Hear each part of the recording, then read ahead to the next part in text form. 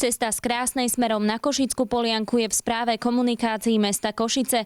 To každý rok pláta výtlky, pre ktoré sa tu po zime nedá prechádzať. Oprava výtlkov však nepostačuje. Na ceste je jedna diera za druhou. Starosta mestskej časti už viackrát žiadal mesto, aby cestu opravili. Asi 600-metrový úsek prestáva byť prejazdný. Cesta cez neho je doslova na vlastné riziko. Toto sú zábery, ktoré sme nakrútili približne pred 2 rokmi. Stav cesty sa ani po čase nezlepšil. Kroky sme podnikli. Samozrejme, prvé boli upozornenia na súčasný stav, výzva nejaká písomná. V minulom roku sme boli nútení spísať petíciu, kde vyše 800 obyvateľov sa nám podpísalo. Správa ciest tu síce doviezla materiál na zasypávanie, no aj pre nich je otázne, či sa výtlky vôbec oplatí znova zasypať. Ak by tak urobili, cesta bude o pár mesiacov znova v takom stave ako dnes.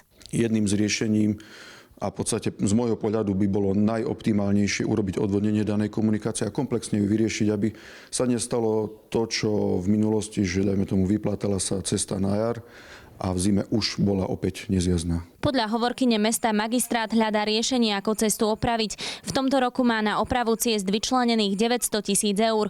Komplexná rekonštrukcia tohto úseku by stála približne 700 000. Tento rok sa preto obyvatelia Krásnej novej cesty nedočkajú. Správa ciest zatiaľ zasype len tie najväčšie jamy. Zlá cesta trápi nielen obyvateľov Krásnej, ale aj Rozhanoviec. Obec sa stáva známou nielen historickou bitkou pri Rozhanovciach, ale aj touto rozbitou cestou. Úsek je každoročne plátaný, no veľmi nekvalitným spôsobom. Cestári tu pracujú najmä počas obdobia dažďov, čo má nepochybne za následok, že záplaty na cestách dlho nevydržia.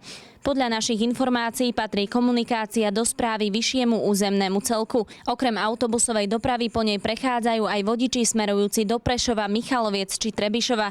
Starosta obce predpokladá, že aj keď cestu opravia, nekvalitnou prácou bude po zime opäť v takom stave ako dnes. Anna Činčárová, televízia Naša.